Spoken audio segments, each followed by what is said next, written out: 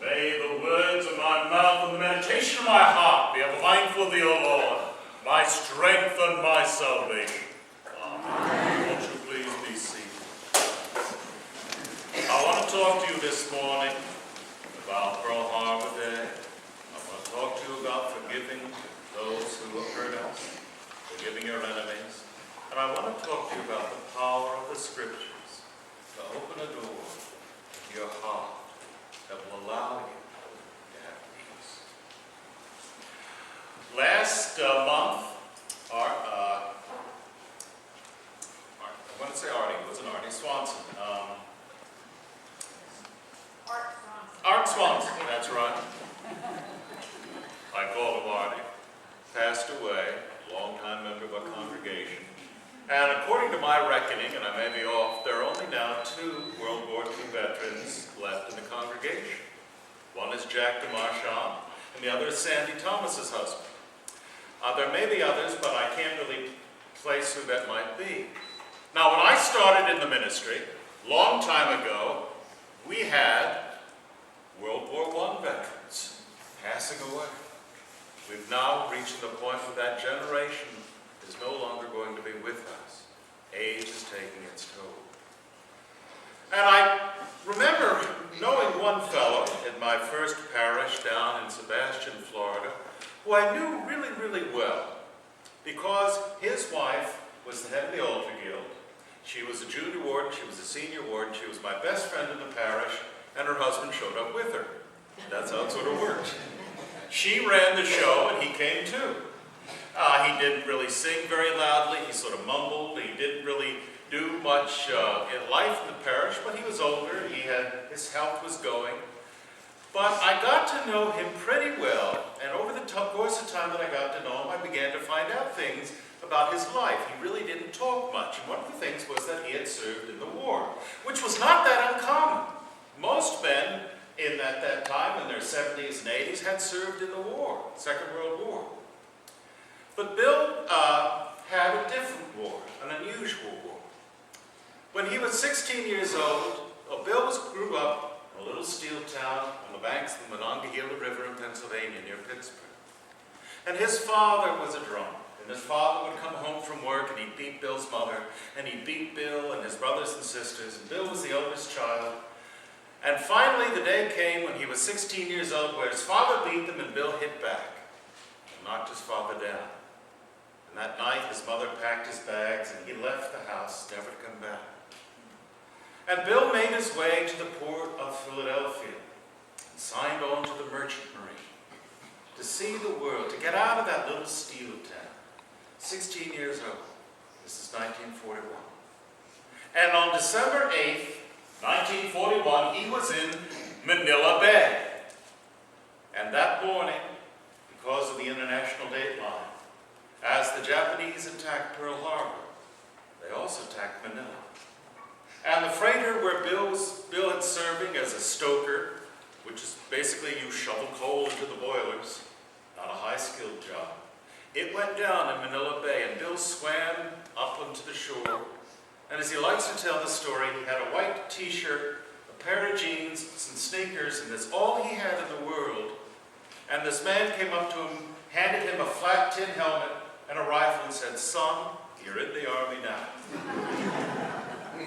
So at the age of 16, Bill and all the other sort of men in displaced units or merchant marine or all the sort of civilian Americans were put together in sort of a National Guard, home guard for the Philippines, and he was sent up to help repel the Japanese invasion. They landed north of Manila and were moving through the plains to conquer the city and capture the island of Luzon. And the American forces under Douglas MacArthur put their strength in the Bataan Peninsula, a very mountainous, very rugged, mosquito-infested, not a pretty nice place. And Bill fought through that entire Bataan campaign. And he was part of those soldiers that held out long enough so that the bulk of the American army could move to the island of Corregidor, which was in Manila Bay, which is a fortress. And Bill was captured in February of 1942 after serving in the U.S. Army for 3 months.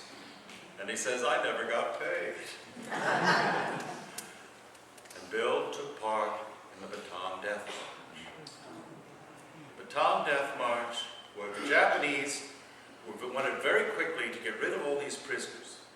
because the big push to capture the island of Korea, where Douglas MacArthur and the rest of the American army had gone.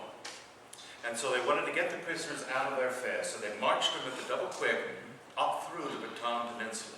And after 3 months of war, most men had malaria, most men had dysentery, they were weak, they were sick, and many of them were wounded. And it didn't matter, they were all gone. If you couldn't walk, you died in your bed right there. And as Bill made his way north in the march, several of his friends who he'd met in the army fell out. The Japanese would come up and bayonet them where they lay. No stragglers. And he survived 2 years in a prison camp in the Central Philippines. And he had a miserable time. He was beaten, he was tortured, he was abused. And in 1944, he and the healthiest Americans were loaded aboard merchant ships and shipped to Manchuria as slave laborers. And he and English, Dutch, Western civilians rounded up from Hong Kong and Indonesia, the Philippines, who were still fit at that time, were put to work for the Japanese war effort as slave laborers. He survived. He said he was the only one of his friends who on that day when they surrendered in Bataan survived the war. Many had died on the march, many had died of starvation, many had died in prison. Some died on the ship being shipped in the slave ships to Manchuria because the Japanese didn't tell the American submariners which ships were full of American POWs and which were filled with military goods. So some of the Americans died as the U.S. Navy shanked the Japanese merchant ships. And Bill says, if it were not for the atomic bomb, I would have been dead. But Bill came home, and he started his life. And it was a good life. He started off School of Hard Knocks. He didn't go to college. He started off with a construction job. And over the years, he built that into a construction company, and he married a wonderful woman, and he had wonderful children. And he had the American dream, if you will. A boy from a steel town in Pennsylvania had built his life by his own strength, his own hands after the war. And he was a contractor who would build these sort of developments in the east coast of Florida, places like Barefoot Bay, where there are thousands of mobile homes and things like that. That's what Bill did. He was very successful. And I got to know Bill just as he began his health decline. And we would talk, and at first Bill would talk nothing about the war. It just, would never come up. And if it did come up about something or other, or if we had some of these guys who would like to come and wear all their medals, ribbons, and pins, and everything on various national holidays, he would sort of say, it's a bit much for me. Well, as I got to know Bill, we began to talk. He began to ask me questions about life. Why did he survive? Why did he survive the sinking of his ship? Why did he survive the death march? Why did he survive the camps? Why did he survive working in a coal mine in Manchuria? Why did good people die? I mean, God did not save the good people, the faithful, honest, and true people that he knew in the camps. They died at the same rate as the evil, nasty SOBs died. And I would talk about it, and I said, well, Bill, what do you think of the Japanese? And Bill said, I hate them.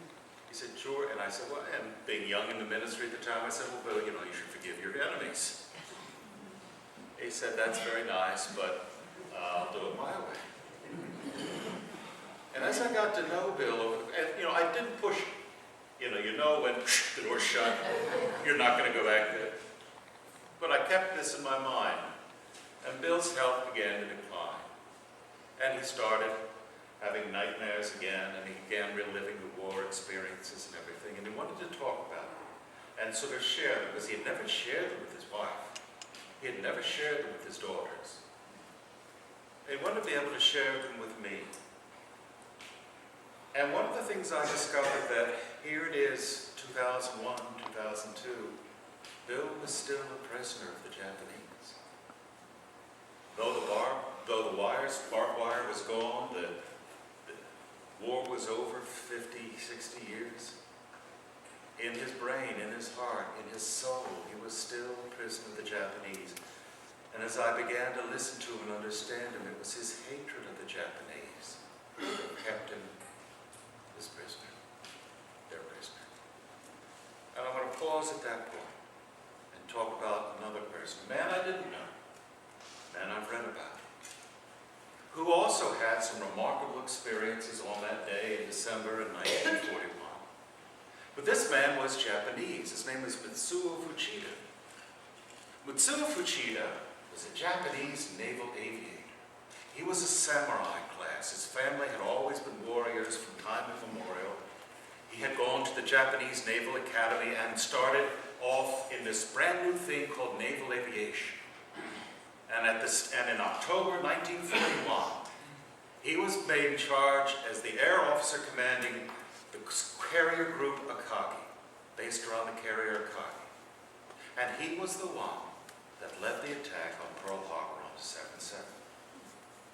If you ever remember the movie Toro, Toro, Toro, or things, there's this cosine where a Japanese pilot with a big bristly mustache, as they have in the film, is over Pearl Harbor, and he gives the signal. He opens the canopy of his plane, he fires a green flare, all the planes in back of him dive down on the battleship row, and he signals to the fleet, Tora, Tora, Tora. Tiger, tiger, tiger, in Japanese. This is a symbol that the American fleet is unprotected. And Fuchida stayed above the battle because there were two ways of bombers attacking. And the first target was to be the aircraft carriers. But all the aircraft carriers of the American Navy were out on exercises. They weren't in Pearl Harbor. So that they went to the second target, which were the capital ships, Battleship Row. And two strikes were against the ships in Battleship Row. And the third strike was to be against the dry docks and the oil storage bunkers, where all the fuel for the U.S. Navy. The U.S. Navy had fuel in 3 places in the Pacific: Manila, Pearl Harbor, and San Diego. Manila's fuel was destroyed. And if they destroyed the fuel depot in Pearl Harbor, the U.S. Navy may be in the Atlantic and maybe in San Diego, but it couldn't ever get to Honolulu because it didn't have the oil. But Admiral Nagumo, commander of the task force, called back the third strike. Fuchida went on to have a glorious war. He led the Japanese attack on Australia in 1942 on Darwin. He led the naval attack on the British naval base in Colombo. And then he was recalled as the Japanese were going to make another assault and what was to become now called the Battle of Midway. But as the battle was preparing, he came down with appendicitis and couldn't fly. But he stayed on the bridge, the Akagi. And all of his men took off. He had to stay below because he couldn't be fit to fly. And they were all killed. Every single one of his planes were destroyed. And the Americans sank the Akagi, and he was badly wounded. He was on the bridge. He was one of the few to get out as the ship went under. And he was medically unfit to fly again, having survived the sinking of the Akagi. But he was then sent as a staff officer. And in 1944, he was the air officer commanding on the island of Guam. And he was relieved and sent back to Tokyo a week before the Americans landed. And as he wrote in his memoirs, as the battle was failing, the Japanese admiral in charge of Guam made the decision, all of us, officers, all the staff, who were not killed in battle, we were going to commit seppuku, harikiri, because we had disgraced the emperor by not protecting Guam. He was off the island. In August 1945, he was the air officer commanding the Japanese forces on the city of Hiroshima. And on August 3rd, he was called to Tokyo to meet at the general staff. The next day, August 4th, the bomb was dropped on Hiroshima, and every single one of the people in his command killed by that bomb blast. He went down the next day with a team from Tokyo to assess the damage. And as he wrote, every member of that team died of radiation poisoning but me. The war ended. He was in his late 40s. His entire life had been given over to something. that was now shown to be nothing. And he got a job. He went to work. He had to feed his family. But his life was over. He was just marking time because his honor had been destroyed. His country had been destroyed. After the attack on Pearl Harbor, he was invited to meet the emperor.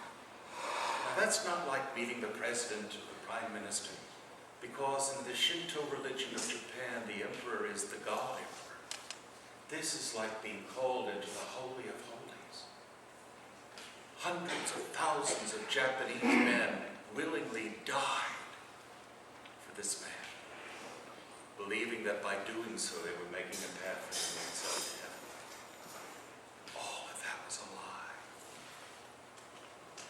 Well, he was taking the train home in 1947, and he saw somebody in the train car, and he couldn't believe it. It was one of the members of the Midway Squadron that had been destroyed. Evidently, this man who had been a gunner in the Japanese plane survived and been taken prisoner by the Americans, which was almost unheard of. Very few Japanese surrendered, but this man did. And he went up to him and said, "What happened? Tell me, I thought you were dead." And this man shared that he'd been kept in captivity, and he said, "While I was a prisoner, I became a Christian." And he told him about how he was treated, and he told him about his conversion. And Uchito's response was, "You evil person. This is the religion of our occupiers. This is the religion of our colonizers. This is the religion of the white man. This is not being Japanese." So he listened, and he hated. Then, on another subway ride, somebody pushed a pamphlet into his hand.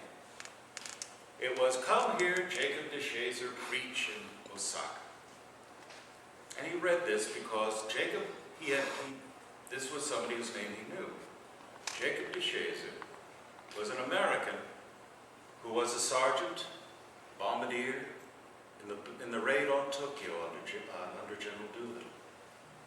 The first time the U.S. hit back in 1942. And DeShazer's plane was landed in Japanese-occupied China. The 5-man crew, 3 were immediately shot out of hand by the Japanese, and only DeShazer and the pilot were placed in prison. And the pilot died of starvation. And DeShazer spent 35 months in solitary confinement. But one day, a guard gave him a Bible, DeShazer a Bible in English. And DeShazer, who was just sort of a nominal Christian, like most Americans are, if you asked him, "Yes, I was a Christian, but was he really a Christian?" He began to read this book. And coming through the Gospel of Luke, he reads that Jesus on the cross says, "Father, forgive them, for they do not know what they do." And if Jesus could forgive the Romans and guards who were crucifying him, shouldn't he, DeShazer, forgive the Japanese who had done this to him? DeShazer had, as he said, it was like the sun rose in my cell, and I knew what the purpose of my life was at this point. After the war, DeShazer goes back to the U.S., goes to divinity school, and goes back to Japan to be a missionary to the Japanese. Well, Fujita reads this, and this is interesting because this is another flyer. This is another, war story. But this Christian stuff, I just can't hack it. Then one day, coming home, he sees a man on the street corner selling Bibles. And he thinks, why not? Let me just read what these people are saying. He buys a Japanese Bible. He knew no Christians. His friend on the subway train that he saw, he never saw again. He didn't know any Christians. He didn't associate with any Christians. He had all his exposure was what he read in a pamphlet about Jacob DeShazer. And so he thought he'd read the Bible. And he began with the Gospel of Luke. By the end of this book, DeShazer, example of Father, forgive them, for they do not know what they do. Jesus' example led him to accept Jesus Christ. Fujita, who was in 1953 offered command of the newly recreated Japanese Naval Air it down and went to work for, of all people, Billy Graham. And spent the last 25 years of his life as a Christian evangelist. Here's somebody who's on a journey, on a quest, who looks at Christianity not out of indifference, or not because he'd heard it all his life and it no longer had any meaning. It was the religion of the enemy. And he didn't know Christians. He knew Americans. All he had to do was look around. Japan is flat. You go to Hiroshima, you die of radiation poisoning. It's not a nice place. But through the power of the Holy Spirit, the Bible spoke to him. And Fuchida became a Christian. Father, forgive them, for they know not what they do. Now let's walk back to Bill. Here's a man who was a nominal Christian all his life. He had been an altar boy. He had been raised as a Catholic, so on and so forth. He married an Episcopalian girl. That's why he was an Episcopalian. Accident of history. That's just the way it worked out. His wife was devout, and she would read her Bible every day, and it just didn't click for my friend Bill. And as his life began to slowly wind down, he began to ask the questions that Matsuo Fuchida asked after the war. What's it all about? Why am I alive? What's it mean? And I said to him, let's pray. Let's pray for our enemies. He said, oh, yeah, that's nice. Besides, your knees are too close to me right now. Back up a few feet. I don't want any of this sort of, girly Christianity business. Because God didn't keep me alive in the prison camps. I kept myself alive. I said, well, let's start by praying. Can you remember the worst guard? Yes, I can. Well, let's pray for him. And it didn't work the first day. And it didn't work the second day. But through repetition and through applying this, he began to pray for his enemies. Lord, because his enemies were evil men like him, made by God in God's image, who had done terrible things, as he began to admit as he had done terrible things in his life. He wasn't proud of his time in prison camps. He had to do what he had to do to live. And as he began to pray for his enemies, the bondage of those prison bars came away. When Bill died, he was at peace. What do I mean by peace? I mean, in his heart, he hadn't forgotten what the Japanese had done. It wasn't like saying, oh, that's okay, never mind. But rather, Father, forgive them. I can't do it. But your power can overcome all these things. Help me. So before Bill died, did he become a member of the Japan Society and take tourist trips and go to the Japanese restaurant every day? No, he did not. But he opened his heart to the power of the Holy Spirit. And he had all his life known this stuff. He had read the Bible.